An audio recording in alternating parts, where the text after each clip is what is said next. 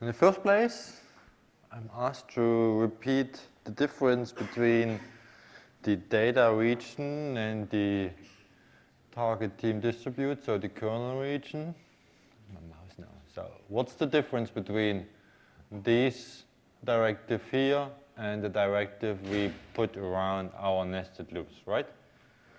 So the kernel itself, so the target team distribute directive with which we define our kernel, tells the compiler to, that in the next place some operation will follow which should be performed on the GPU. So that code should be compiled for the GPU and processed on the GPU. In contrast to that, the data region just tells the compiler, here is some data I, someone later, want to use on the GPU. So I need to allocate to copy it there, maybe to copy back at the end. It just tells that data movement to do that. The advantage what we gain here in that example by defining the data region and also defining the second kernel down here, we have no more copying forth and back on each time we call our kernel here. So this kernel is called for each iteration. So in the default case, we have 1,000 times calling this iteration during the compute process. So 1,000 times this kernel here is called. So without having these data region here, 1,000 times the data is copied to the GPU, and at the end of the kernel, the data is copied back. Now we introduce this data region, and then we say at the beginning, okay, there is some data I need to copy to the GPU, there is some data I need to copy to the GPU, and I need to copy back at the end of the data region, and there is some memory I need to allocate since I want to use it within the lifetime of the kernel. The multiple kernels. And then we can act on these data, having multiple kernels also within these data region and acting on these data, right? So, you implemented that already? Who put that in his code? Who compiled it and got some feedback? Compiler one-time feedback? Yeah, many of you. Me also. And what's the overall result? So, or what's the first thing you realized?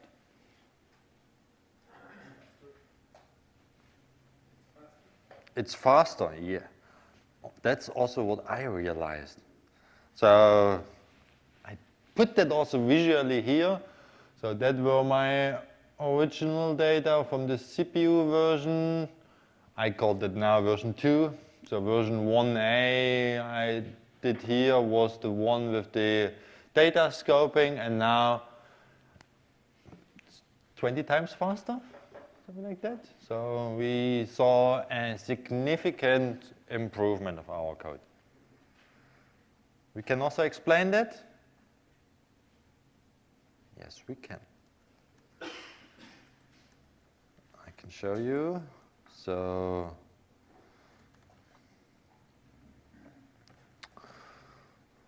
I messed up a bit with my file namings, but the last output is that one. I still have the CRAY ACC debug flag set to 2, so we get the runtime commentary out here again, and what we see is at the beginning of our data region here, we again copying some data to the GPU, so I have to change around. You don't see what I see? So, okay, starting here. So we again copying, what's that? 44 megabytes to the GPU. 400? Yeah, right. 400 megabytes to the GPU. We do our kernels. And if we have a closer look to all these data movements now, we see at the end of our kernels and the starting of the new kernel, we just do maybe some few bytes copying back, but mostly we copy nothing. So that's what we wanted, right? We wanted to reduce the data movement. And at the end, we should see there's also the profiling output, but we should also see at the end of our data region, then we're copying the huge part back. But in between, there's nothing copied. So actually, there are some more data copying. If we really have a close look to that, we will see it's not only copying at the beginning and the end. It's a bit more, but we will come to that in a second.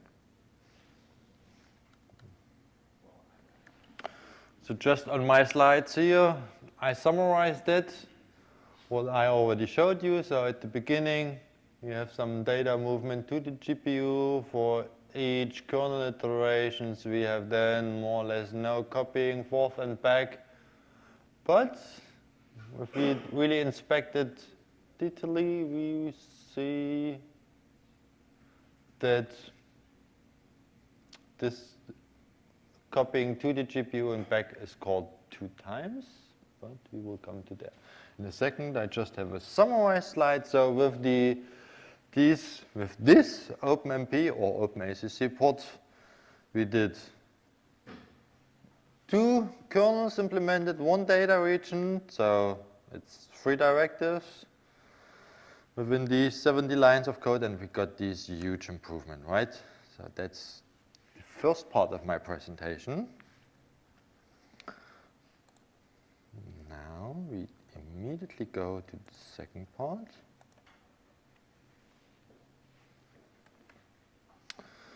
So just, to remind you, doing the same again. So yeah, that's a good idea. Maybe having a look to the profile again. I already have that file opened here. So, okay, let's see. Most time-consuming part in our application is still data movement, right? It's still, it's drastically reduced, but still it's almost 30% of the runtime. Then there's some synchronization, and then,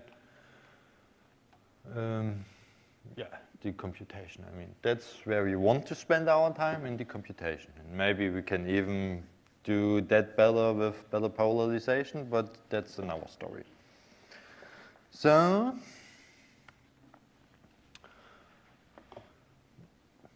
I here compare the 2 profiles I have from the kind of old version and the new version. So we see from 88% we go down. Here it's 70%, so actually we went down to 30%. Right, that's the one I did on the Kepler's GPU. Excuse me, I didn't update that one. Also summarizing that one. So we did the first kernel. We also introduced the data region. Now we want to move up the call tree. So we want to do more on the GPU and less on the CPU, right? And one thing why we want to do that, or how we could realize that, is that we could see that there is not only one data copying at the beginning and one at the end, but there's also some data movements in between. And that's why, that's because our code is structured like that we have a kind of initialization phase at the beginning where the Jacobi routine is called 3 times the iteration loop, and then the actual computation routine where the Jacobi routine is called then these 1,000 times. So since we have define our data region here at the beginning of our Jacobi routine. The data movement is done once here and again here, right? So defining another data region, which is on top of that, so including both calls here of Jacobi, we could even reduce that data movement. That's what I would like to ask you now to do.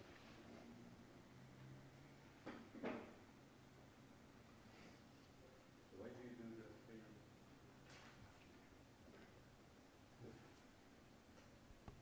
the pre-iteration? It's a warm-up phase, or?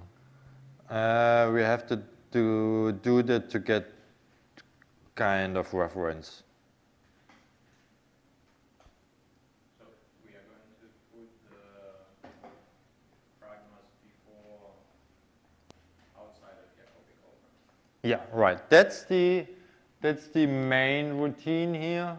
That's the Jacobi routine. We have already the data region within the whole Jacobi routine, right? We have already the iteration loop within our data region, but now we move it up the call tree to the main routine. I mean, could be also, I mean, if you have more complex code, you would not go directly from your computation routine to the main routine, but you go step by step, right? But here we have just a call stack of 2, size 2, right? So we go one level up, which is the main routine in that case, and there we define our data region around these 2 calls of Jacobi routine. And that we have to remove? No, we can let this data region in there, since the same like defining data movement in the kernel, so in the target team distribute.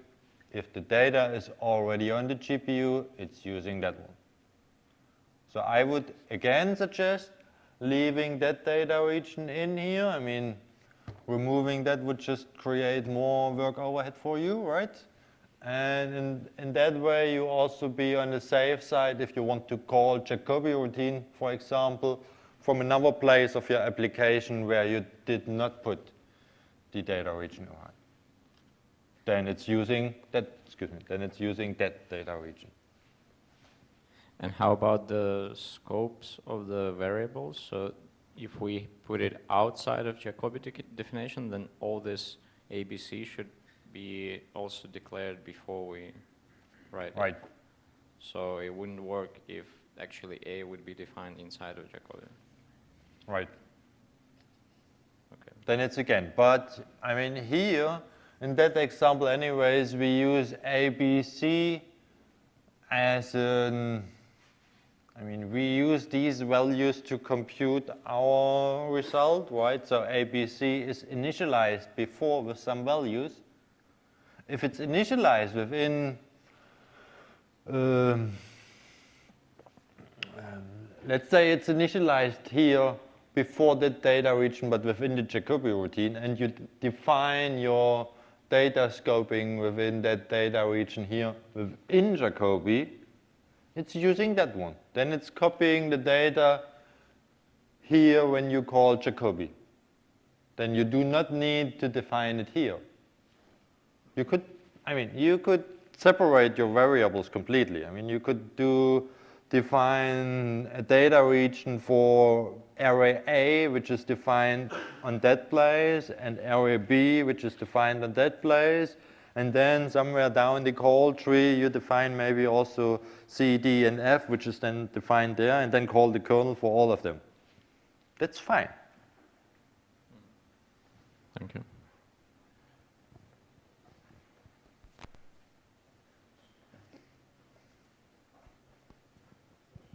I have 2 questions. The first one is, aren't we cheating ourselves a little bit? Because now we're not timing the data movement anymore, no?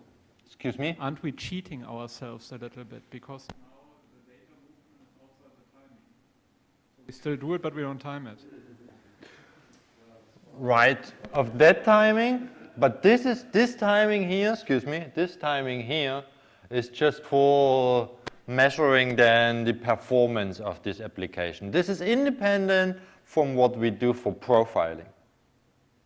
So yes, from an application point of view, if you just measure the timing within your application, it's kind of cheating, maybe. But I mean, we anyways do profile the whole application, and therefore it's not. I mean, it's not. Okay, maybe a more serious question. One thing I didn't. That's not clear to me yet. So we start the kernels with the what was it? Distribute teams distribute, right? Target teams distribute. Yes. Yeah. Do we? Does it make any difference, or do obviously we don't have to? But can we write parallel 4 after it, or?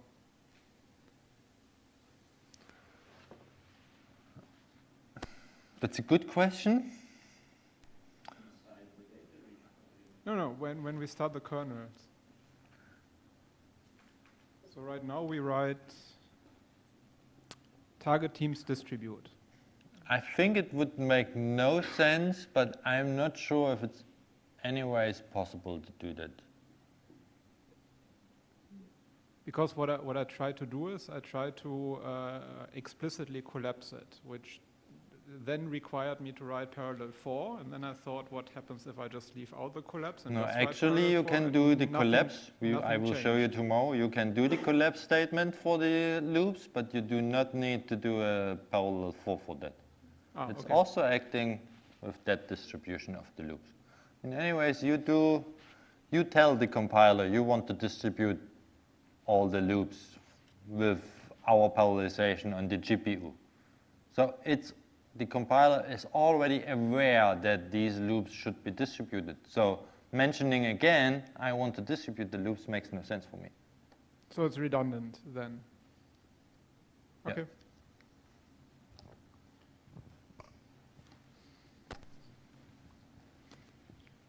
Is there so for the data transfer between CPU and GPU, is there a big overhead to also transferring small data, or it's just linear on the sides of the data? I mean, if you have a lot of small data, yes, it No, sums but I up. mean, if I have no data at all, just tiny datum to transfer, or a fairly bigger one, where is the big step between the tiny and the big, or from no data to the very tiny data? No, I would say from the tiny to the big. So Okay. transferring a small portion of data takes a small amount of time. Okay, it's not like Transferring they have a to lot of stop the data. transfer and it causes a big overhead. Excuse me? It's not that it stops everything to transfer and causes a big No, overhead. anyways, I mean, when you start the kernel or I mean, we're just talking about kernels right now, right?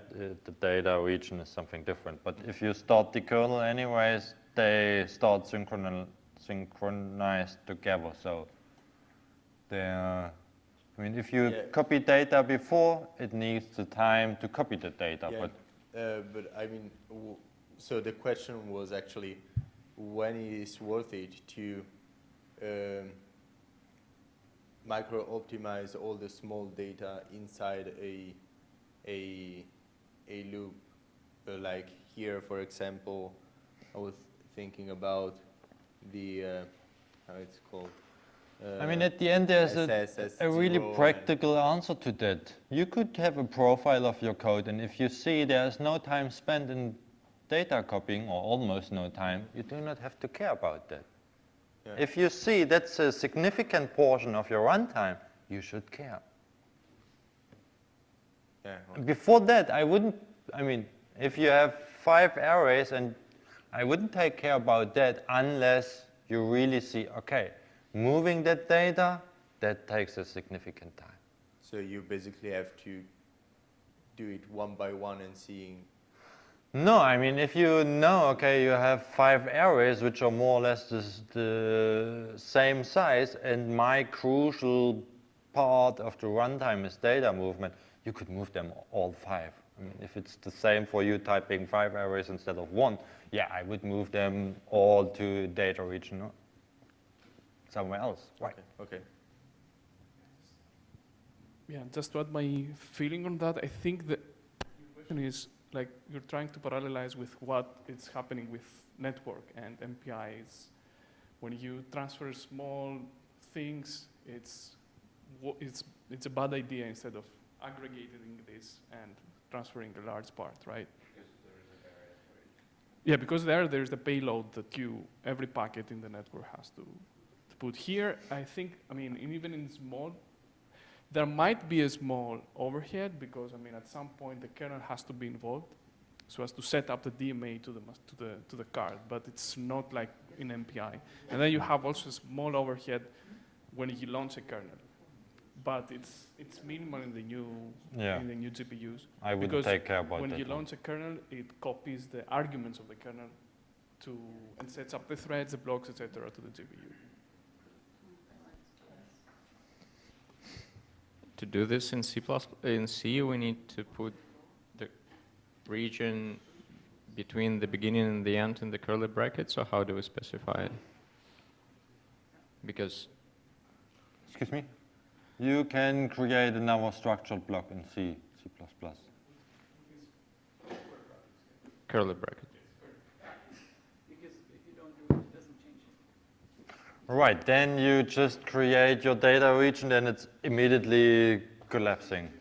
Yeah. Yeah, right. Excuse me, I forgot that. Should mention that next time.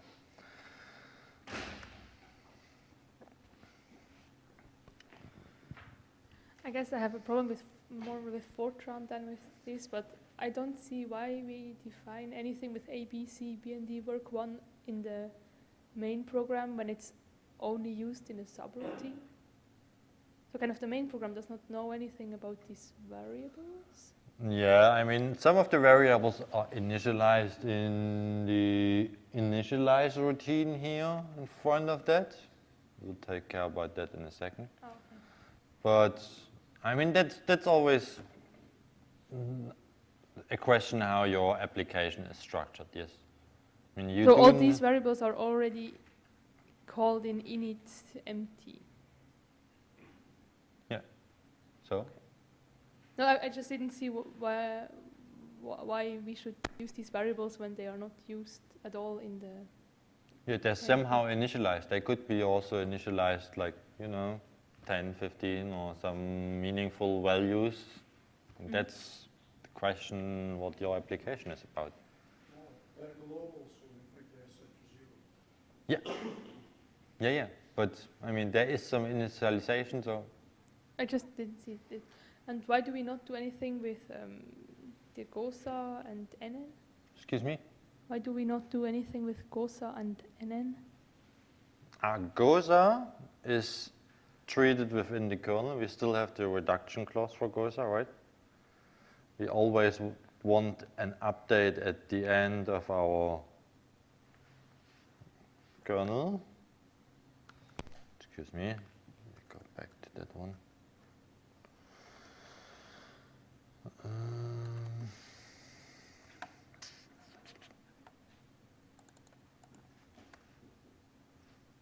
So, GOSA we treat here. Oh, where's my mouse? There. We still treat there. So we update that one after each kernel. And we want to get it back every time. I mean, depending on how you use your variables, you could also say, okay, I'm not interested in GOSA until the end of the Jacobi routine. Then you could also move it up in the data region. Yes, you could also do that. I didn't do that in my example, but would be fine. And NN, or like other variables like SS and omega?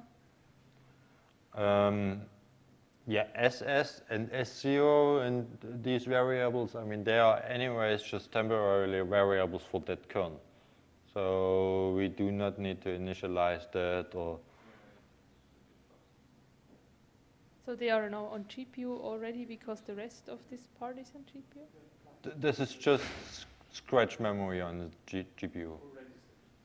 Or registers, yes. Okay. So I think, but correct me if I'm wrong, at least in OpenACC, the scalar variables are first private or private. So that means that, for example, the SS there is a scalar variable. It's not an array.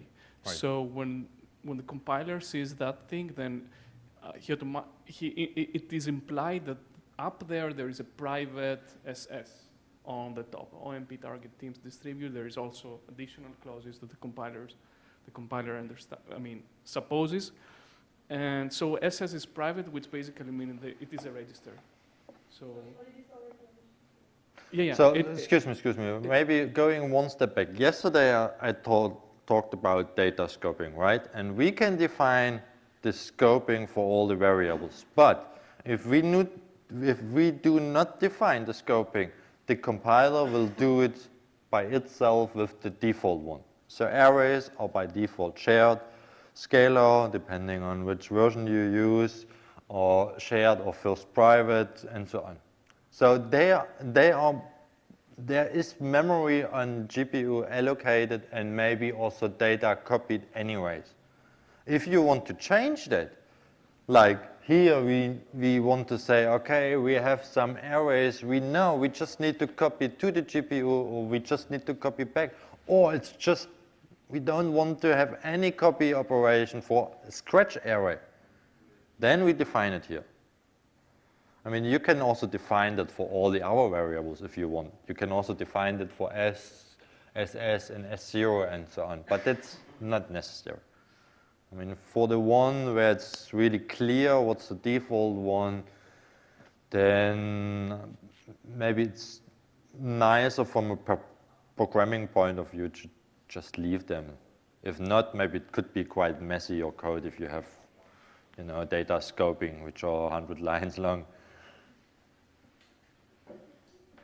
I think also regarding your first question, it's not necessary that all the array variables need to be global. So in functions, it's basically the compiler has a present table which knows which pointers or which actual arrays are present on the device. So when you get into a function and you say, even if you have map to, or copy to or copy from, then the runtime will check that whether this pointer or this array variable is on the device and will not copy it. So it just checks a pointer at the point, looks up a pointer in a lookup table. So it's not necessary that all your arrays are global.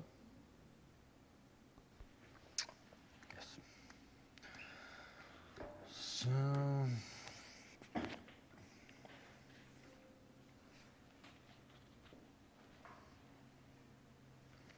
So did you do that already?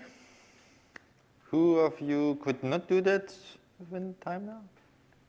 And we had to change P to from instead of to. Yeah, I mean, in that case, we do not want to, or we do not need to have P back, since we are just interested in our Goza variable. We do not need to copy it back, yes. If you need the results of P at the end, yeah, sure, you should copy it back. So if it was a real-life problem, we should have OMT map from... Yeah, maybe for P, maybe in another example, you would maybe copy work2 back or whatever, yes. I mean, that really depends on your example.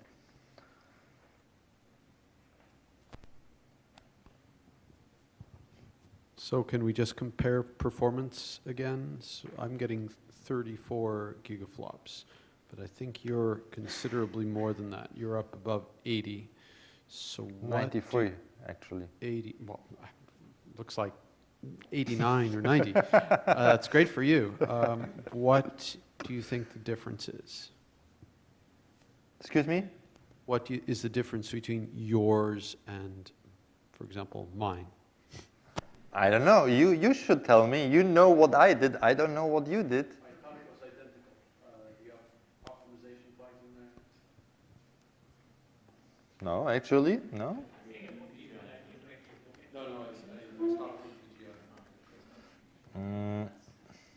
Did I change something? No. Let's see. No, there's an age list. No. No. Should be quite similar, but I mean. I didn't put the second map statements in, but What do you mean with the second map? Well, I never bothered to put them in because I. Which one? That step.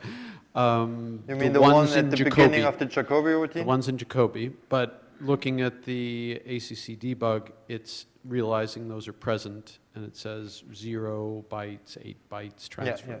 So that should be fine. So that should be fine. I mean, the only thing I can imagine that's what we see with all real-life application also, that compilers doing different things. I mean, they have, you know. Not if they have the same options. They're not. They're doing the same thing. They do, okay. They do maybe different optimization. No, I'm using CC 8.5. Ah, you also use CC. Yeah, I thought you switched back. used BGI. Yeah, no. So then, no, I don't know. Not for OpenACC. So what's the performance of all the other ones here? Same like me or same like him? Oh, then 1,000. Yeah. No, it is 1,000 by default. Ah. Still 92. So let's see in my code. I did it here before. We have here in the main loop, it's defined, I'm pretty sure. Oh no, also in my case it's 100. Excuse me, I messed it up. So 100 is fine. Anyways, you got the same GOSA, so that should be also.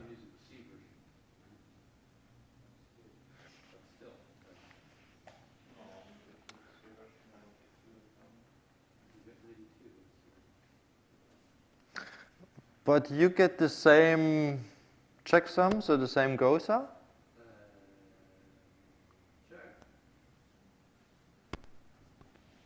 I actually get 94. Excuse me? I actually get 94. Yeah, I mean, that could vary a little bit. But I mean, that could be also maybe 90, maybe 95. But my GOSA is also smaller.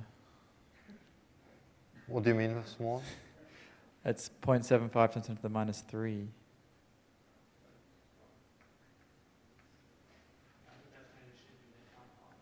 Have you done So that as well? the GOSA, I thought you checked at the beginning that the GOSA is more or less the same like that. It could vary here at the end a bit.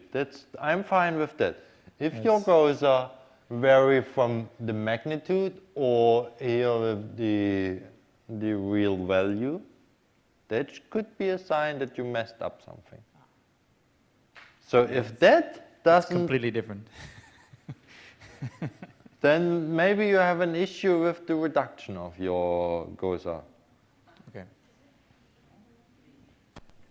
So that should be the first thing you should compare, that really that one is at least similar to your reference run.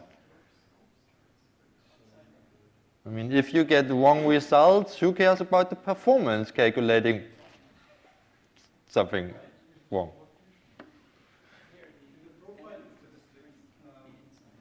Wait, 1 second. In the profiling statistics, Yes? I'm a bit confused with the table here because it says... Wait, I open also that one.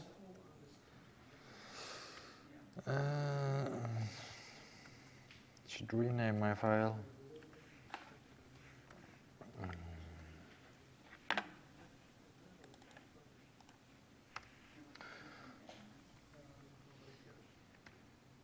So you mean that one? Right? Yeah, yes. Okay. For me, it is the copy, ACC copy is just dash dash. There is no 424.18 there on the top line at 174. You mean you have dashes here? Yeah, and 0.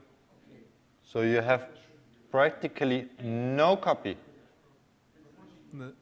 Not at 174. I have it at 148, well, which is 153 for you. then maybe we should check your codes. I don't know. I mean, But if everything you else is the same. The GOSA and the flops. I mean, that's the size of the data you copy, right? And that's what we also saw in the runtime commentary. But I mean, since that 174. Now I have to check again. Excuse me. But the funny thing There's is on the 74 is first column is 174. That's the one in the main routine, right? So actually, I don't understand where is that increase coming all right. from. If everything is 0 here, why should that increase? Excuse me, you now looking at the profile from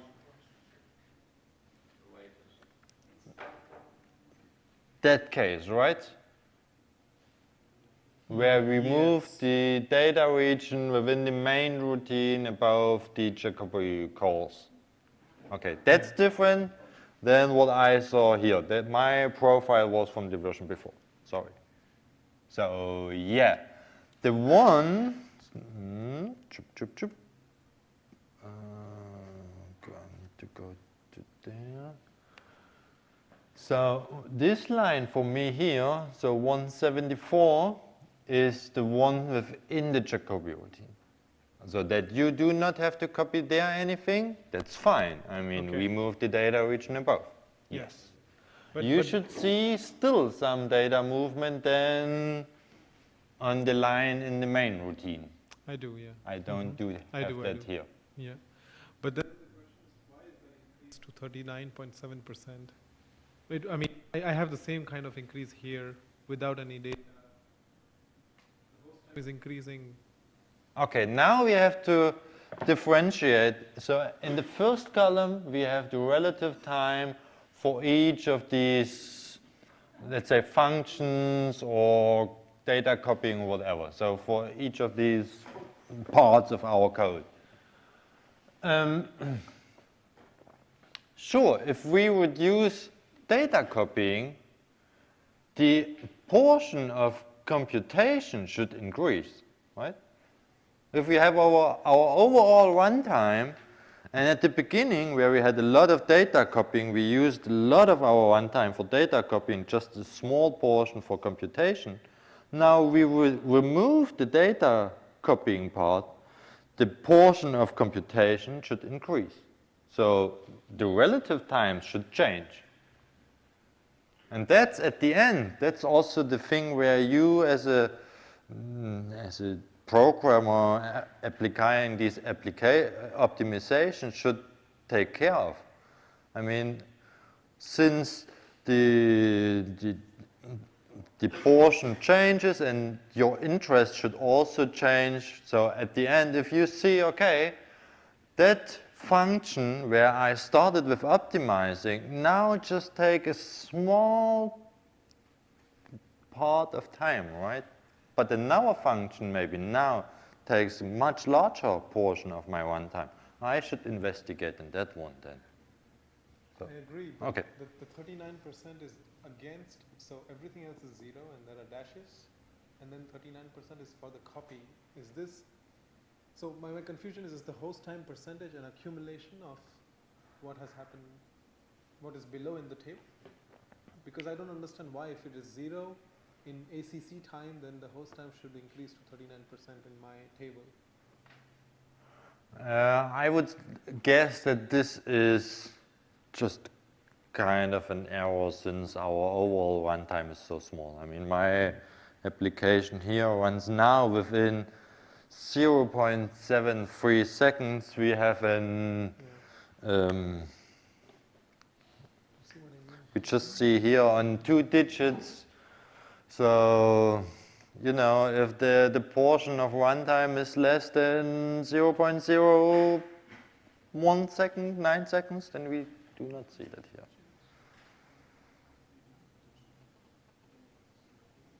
Okay. So if you want to see that, I mean, maybe in our case we could increase the amount of iterations, so increasing that from 100 iterations to 1,000 iterations. I mean, in your real application, you anyways should use a representative test case. So even in problem size, but also in kind of runtime. I mean, it's not worth doing that with a 24 hours run, but if it's too small like that, yeah, you see, we have problems to really analyzing that in detail. That's a good point. Is this also why we are still mainly copying data and not the computation? Because we do quite a few computations on that, yeah, right. So it seems like now we optimized already, but still. Yeah. So our test case with just a few operations on the data is now not representative anymore, I would say, yes. Good point. Well, the first time it is copying the main function, the increase in host time percentage is only 3%. Excuse me, can you? The first time it is copied, in the main function, the increase in host time percentage is about 3%. What do you mean, the increase of? I mean, it is 8.7% for me. The second time you see the ACC copy in the table. So I don't see why there it should be only 8.7%, whereas at the top of the table it is 37.5%, whereas the time is 0. ACC time is 0. Okay, now to remove all confusions, I would like to do my test case a bit larger, and then we hopefully can analyze it better, right? Okay? So give me 1 second.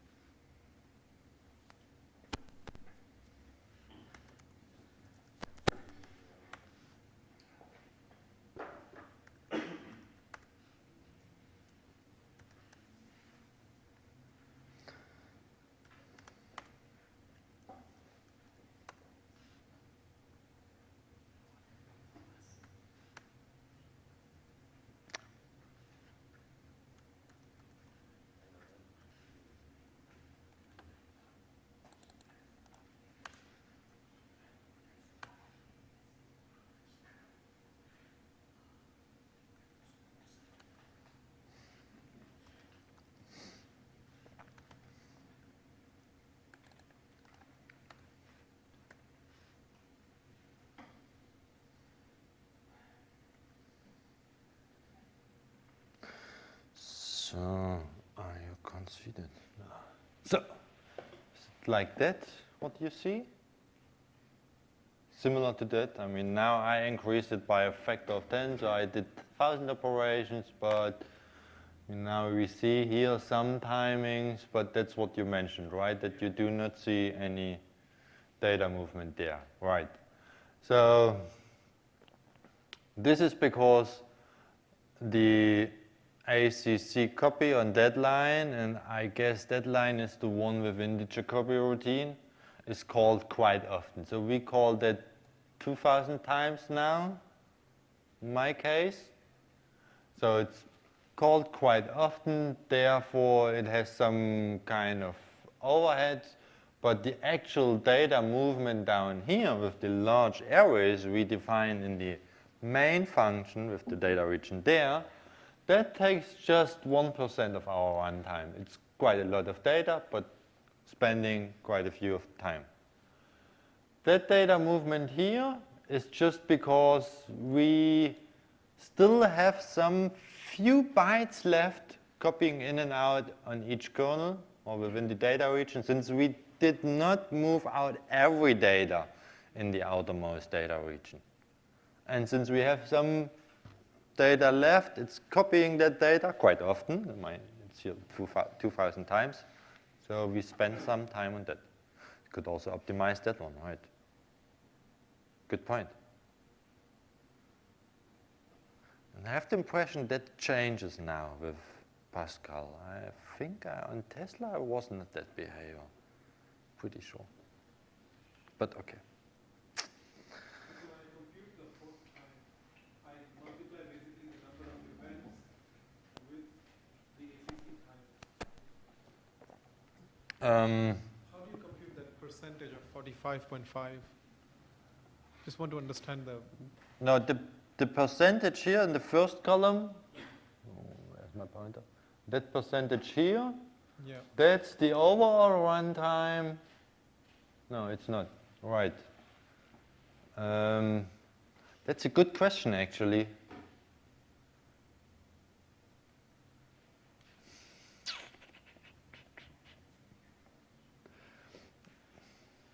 I think it's not the overall runtime, but the time spent on host. I'm pretty sure it's that one. I mean, the relative time spent for that routine, for that function, with respect to the total time spent on the host. You can, I'm pretty sure, you can also change the metric. I'm not, I had to check which option we have to use. We could also do a pet report on that file, so that's an AP2 file here, with some special options like -O, and then we want to change relative times here, so representation of the metric we use. We can change that to act differently on the data, yes, we could do that. So I think he had asked the question before. The host time is not in seconds, right? The host time should be also in seconds, yes. Should be all in seconds. Okay. But then it's the exclusive host time, so all the time you spend computing on GPU is not considered as host time. Okay. So here you see we spend, where's my mouse now? We spend 1.4 seconds on the GPU, right? So which is the most part of our overall runtime, and just 0.04 seconds additionally on the host, doing, in that case, initialization and printing out stuff, and you know. But then the summation of that is not 1.9. It's not exactly the overall runtime. Yeah, that's a good point. There's some time hidden. Oh, that's a good question. Yeah.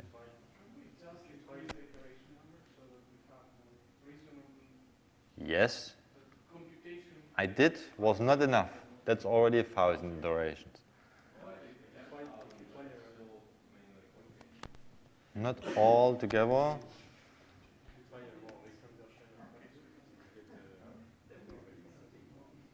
Ah. Also good point. You can also try that one. So maybe even more? No, I stay with that.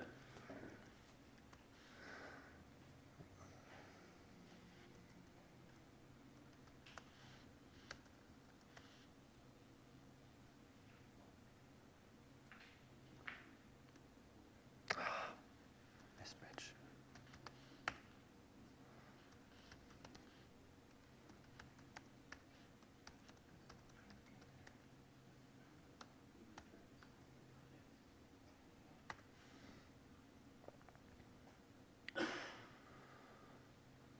So what's the default? 643, and but there's just 645.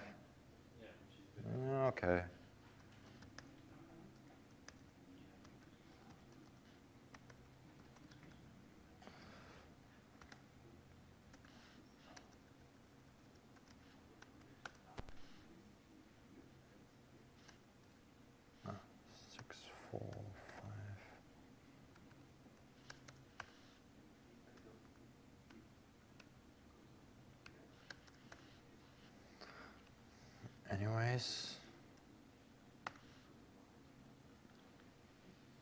still running.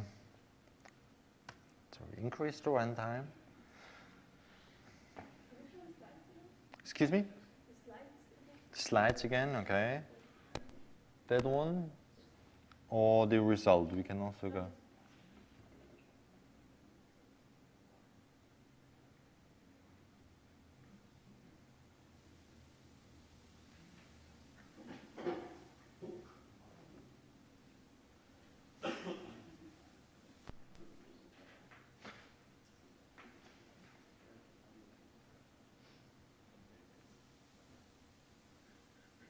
Any more questions?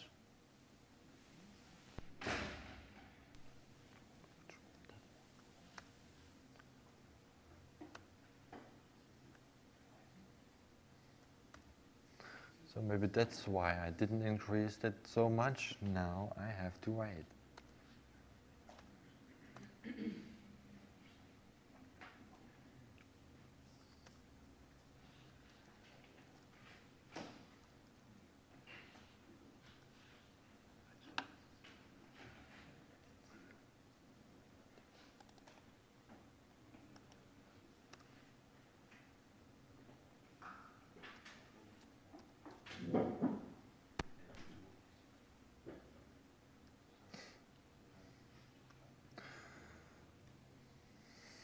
We can have a look to the output then later. I would suggest maybe going one step further, right?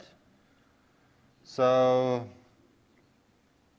I mean, even if our profiling is maybe not that accurate anymore, since our runtime is so small, I would say it's still representative.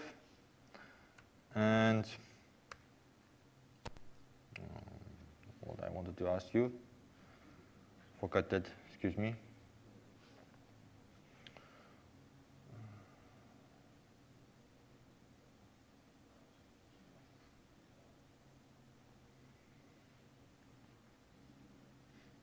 All right, that was my next step. I wanted to do it not with more iterations, but with a larger problem size. You could also do that. So now I increased the cycles of iterations now, right? What we also could do, we could increase the size of our matrix or tensor. I mean, that's always, I mean, if you have to consider that in your real-time application, you have to think of what's a realistic example. There you should better know how to tune your code. So that's what you maybe could do, so increasing the problem size. So there's a compile option I set in the makefile, just using problem size. You can select between 1, 2, 3, and 4. There are fixed sizes, 4 fixed sizes of the matrix. And then, again, we need a reference number, at least for our checksum here, to compare it with that, and maybe also for the performance. And then we want to apply that with our OpenMP parallelization or OpenACC parallelization.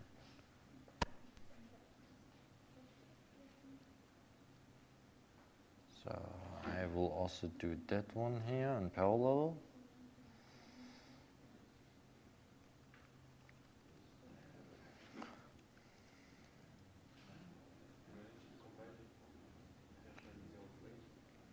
Excuse me?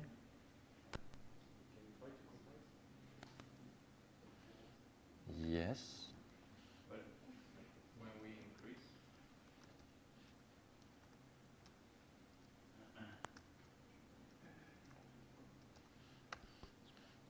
when we increase, the iterations number, do we expect to see that the actual calculation will be taking the most time and not data copying? Excuse me? So I now used 100,000 iterations. It ran 3 minutes, but I still see that data copying is 79% of. I mean, we still have this small portion of data copying, at least of the GOSA, back at the end of each kernel, right? That, now in that case, sums up to a significant part, yes. You could also So try to get rid of that. I mean, that's the question. Do you really need that data afterwards? I mean, do you need the data at the end of each kernel? Or where do you need the data? Could you also move that one data region up? Yes. So you could also try to move the remaining data in a data region up the call tree, and then that should reduce also the portion of the data copying. Mm-hmm. But for what we did, it is not unexpected, it's No, fine. it's not unexpected. Right.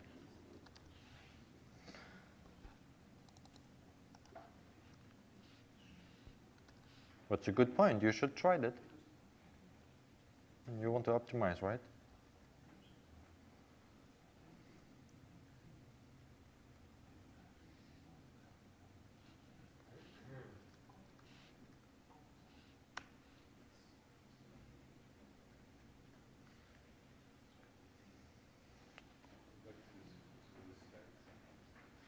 Did all the slides?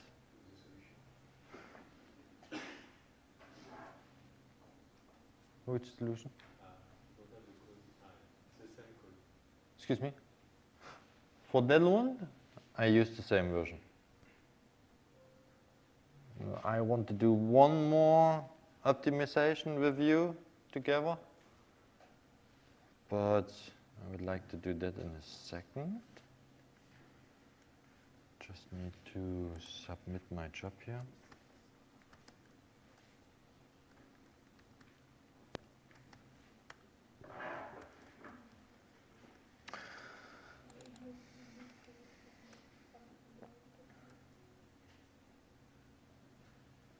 So yes, you're right, that's what you also saw, right? I increased the iteration to, what was that, 10,000?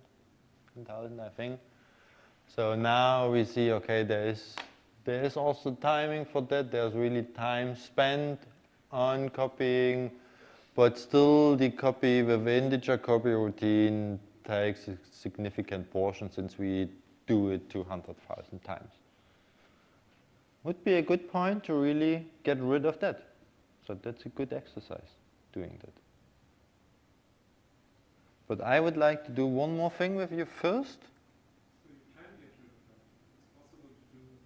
In our case, you can get rid of that, since we actually need no data within our jacobi routine. We do not need any data back. We just need it back when we finish the jacobi routine and be back in the main routine. Then we need the data back, but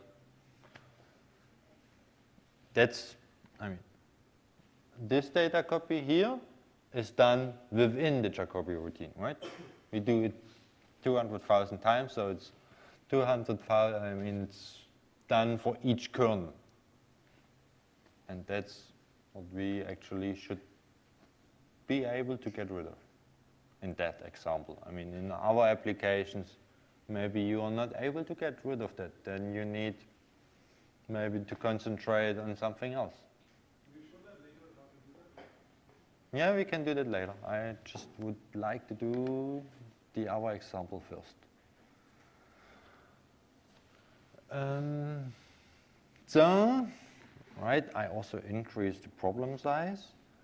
And what I got is that for different problem size, so I increased the metrics, I even get a bit speed up. So the application performs a bit better since we have much more loop iterations to distribute on our GPU, and that, I mean, that's a really crucial point. I mean, this is the point where you really have to think of starting doing GPU when you have a lot of loop iterations, a lot of work to do, the same kind that you can put on the GPU. But still, beside of the data movement, we can do that. Another things I would like to take care of. So yeah, further optimization, so we can tune the data movement again. We will do that in a second. We can also vary the problem size, but this depends on your real application example, if this is really worthwhile doing that. Then we could also think of advanced loop scheduling, especially if you have very different loop boundaries. So if you maybe have small loops in big loops or big loops in small loops and so on. But we will talk about these topics tomorrow in more detail. And there you can tune these loop scheduling with tuning clauses, also varying the thread blocks and also do the collapsing, which we mentioned shortly.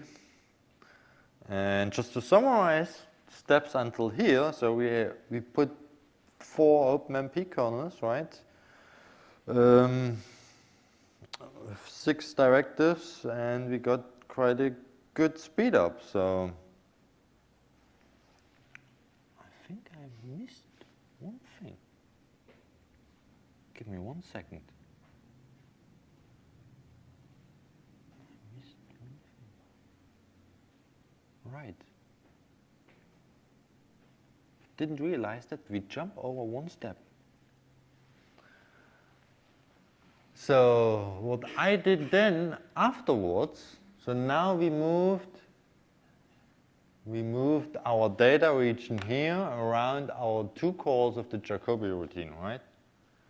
But still, it's not the whole application reported on the GPU. There's still the initialization left, which is done on the CPU. And that's also the reason why we have to copy quite a huge amount of data, neglecting all the small parts, which speeding up all the time. But I also would like to include that one within our data region. So what we have to do for that is just moving the data region also above that initialization routine. Then since we initialize all values within that routine here, we can just scope them as just allocate. So it's just memory we have to allocate on the GPU. But since we also want to perform the initialization on the GPU, we have to define also kernels for these initialization. So in these initTM routine, we need to define kernels to act on the data on the GPU. So when we did that, the point is, if you move up the call tree with your data region, everything which is within the call tree, you have to perform on the GPU, and therefore you have to write kernels. So you have to do the directive around your computation there, or you have to synchronize the values to the GPU, to the CPU to act on the CPU on that data, right?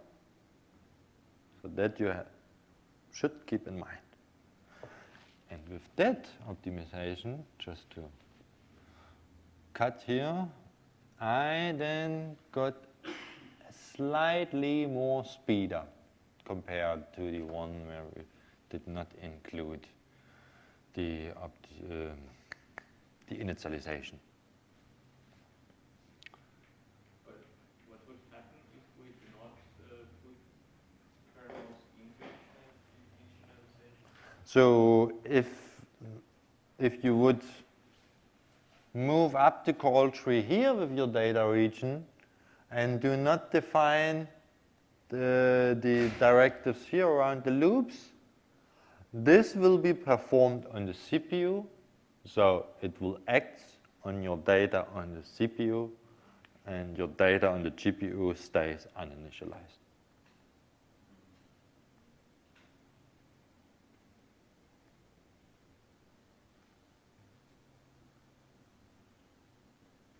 So it's kind of dangerous.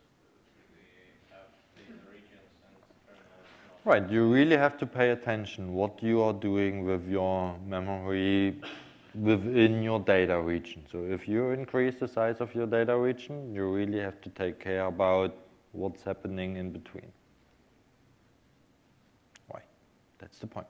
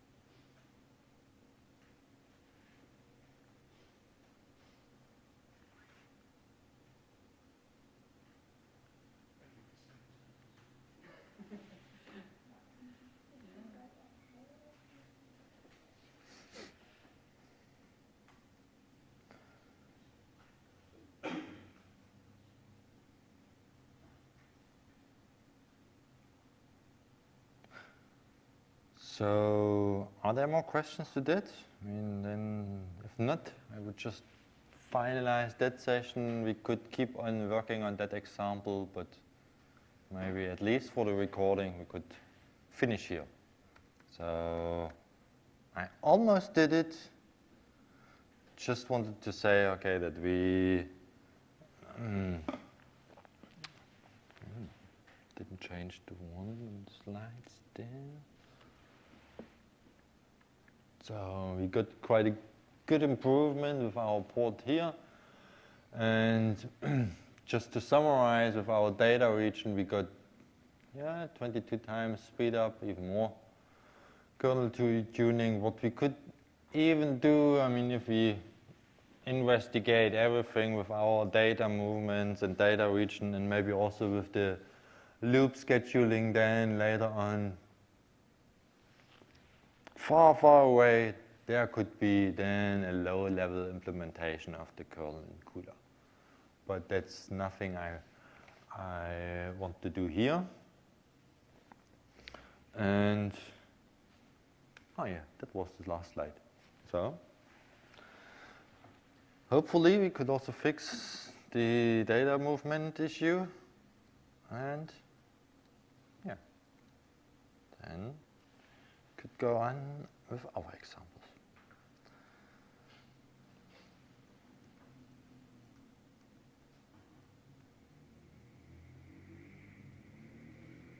questions to that exercise?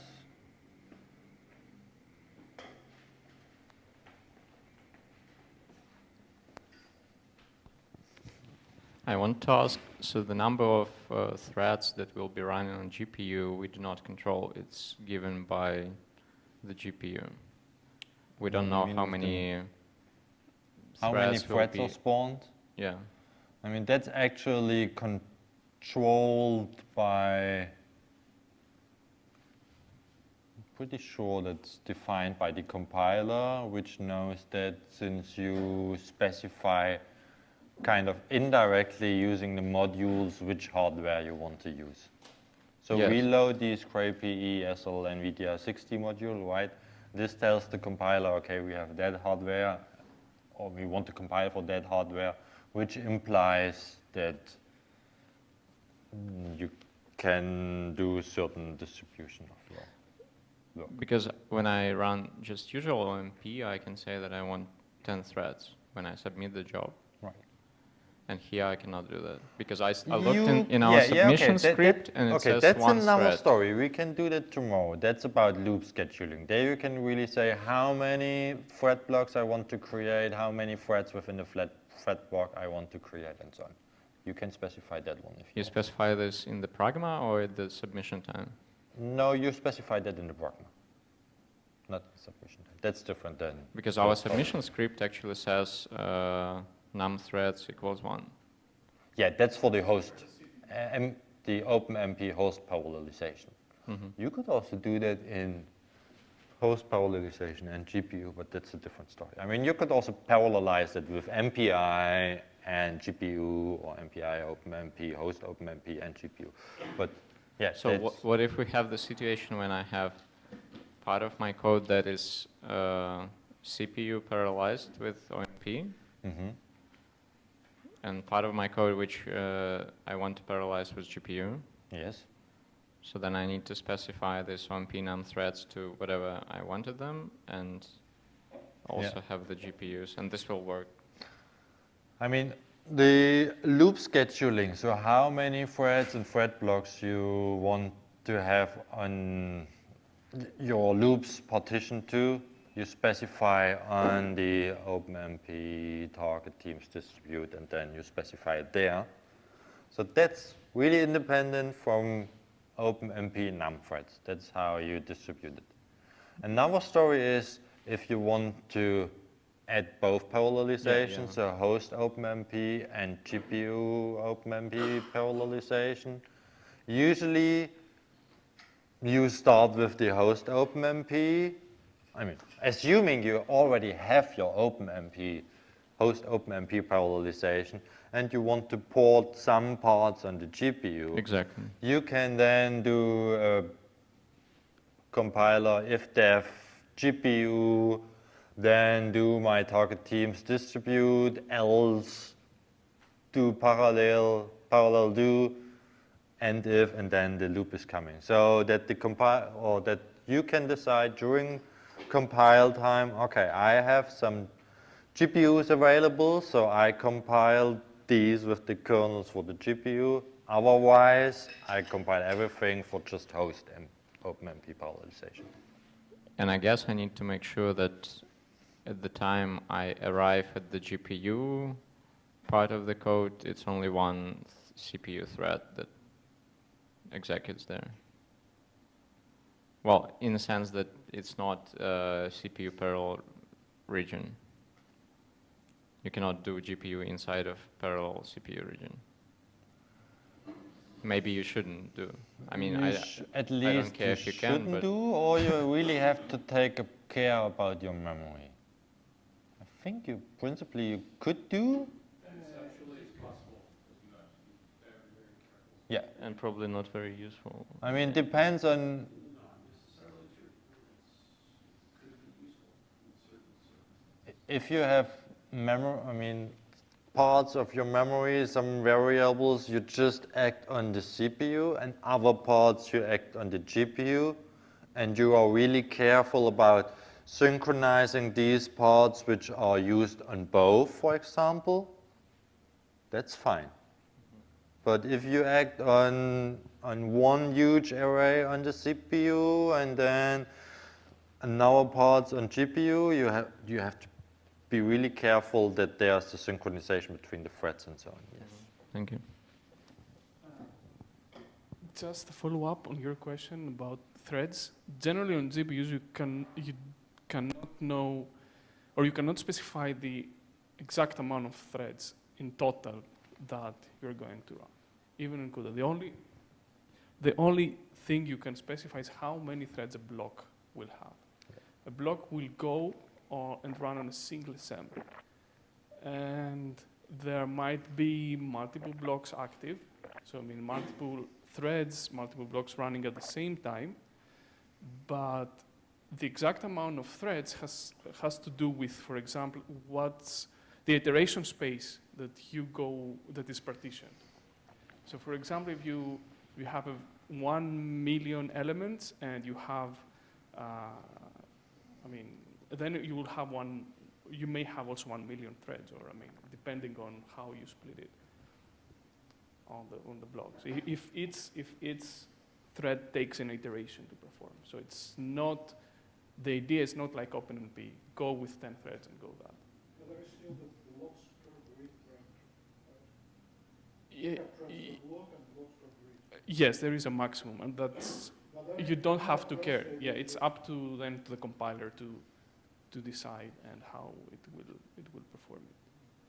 But I mean, usually the compilers know a good parameter for setting up a good initial starting point for the blocks, depending on the architecture, because it doesn't matter if you.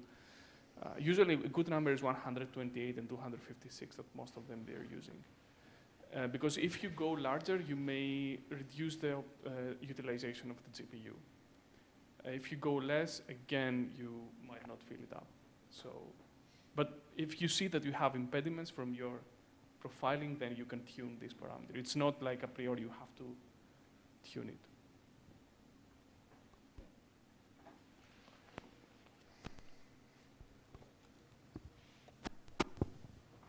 Just for comparison, do we have the OpenMP host version somewhere? I know it's out there on the internet, but do you have solutions for these exercises?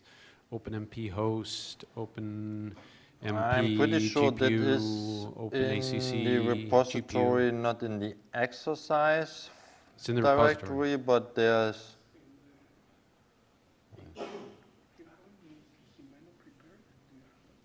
Yes.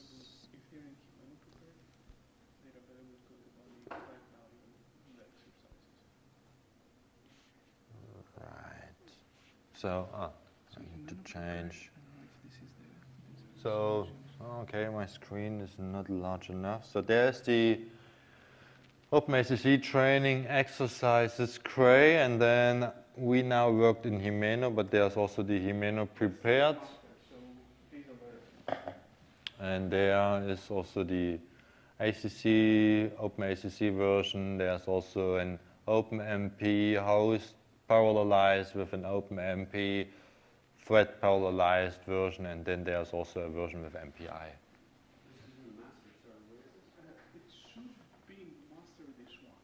That should be in master, yes. So this is then in. It's just inside instead of Himeno, it's Himeno prepared.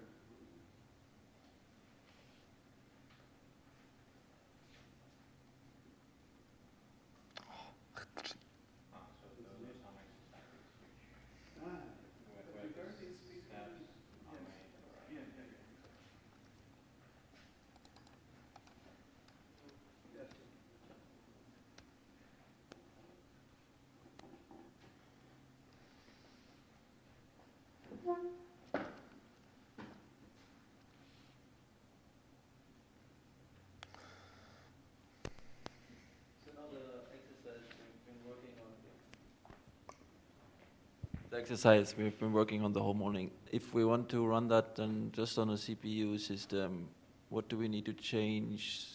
Something, just some flags on the make file for the compiler, or? Well, just on a CPU system. You just disable OpenMP, then you run it in serial. No, still running it in parallel, but. No, it's then running in serial. Yeah. And if you want to run it in parallel, there is the Himeno prepared direct. So you see, I'm now in the CRAY Himeno Fortran version, right? And 2 levels up. Yeah, but so the version we've been prepared now is not portable then? The version the version we used, let me have a look in that. Now, there it is. The version we used, right? There is no other OpenMP statement in there beside of what we added. Yeah, that's true. So there is no host OpenMP parallelization included so far. Yes. If you want that, there is a prepared version, which is If 2 levels up, Himeno prepared, yes. C or Fortran. Oh no, in C version it's just it's just for the Fortran version. There's also Fortran OpenMP version. So is it, so if I want a CPU host, version and the GPU version within one code file, then Yes. I would need a lot of if-def statements. Depend if you want to have your code portable for architectures with and without GPUs. Yes, then you need if statements to say, okay, I have that loop, and in case I have a GPU, I want to use the target directive, and if not, I want to use the normal parallel do. Yes. But with OpenACC, and at least for the PGI compiler, the same directives may generate code also for the multicore. If you so we have the same directives, well, not OpenMP, I will show you later about OpenACC.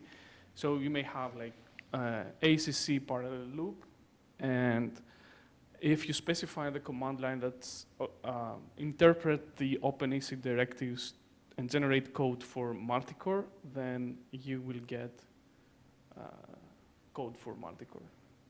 Actually, So I have with to the same correct myself. There's also for the CRAY compiler a compiling flag using or telling the compiler if you have GPU accelerated OpenMP directives in there, just using host OpenMP parallelization with that. I do not now remember what's the actual compiler flag with that. I guess it's just available in the newer version of the CCE, so CCE 8.6, but that's just a guess. We have to double check that.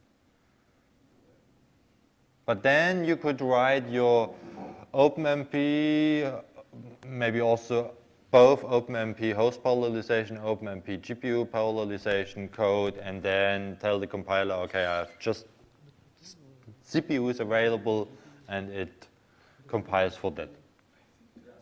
Yeah. I will do in a second. Some more? He's just discussing that.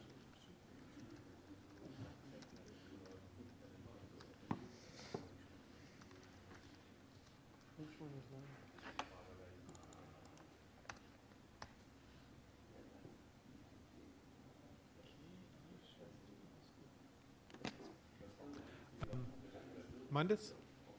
Yes. So in the prepared version of Fortran Himeno, which file is the one just for CPU parallelization?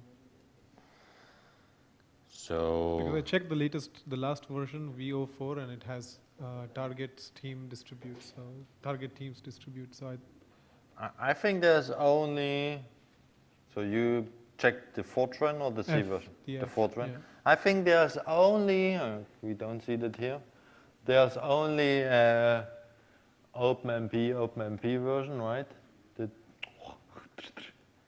That one, right? So that seems to be a combination of both. Yeah, that's a combination of both. So I think we do not provide an example with only CPU OpenMP implementation.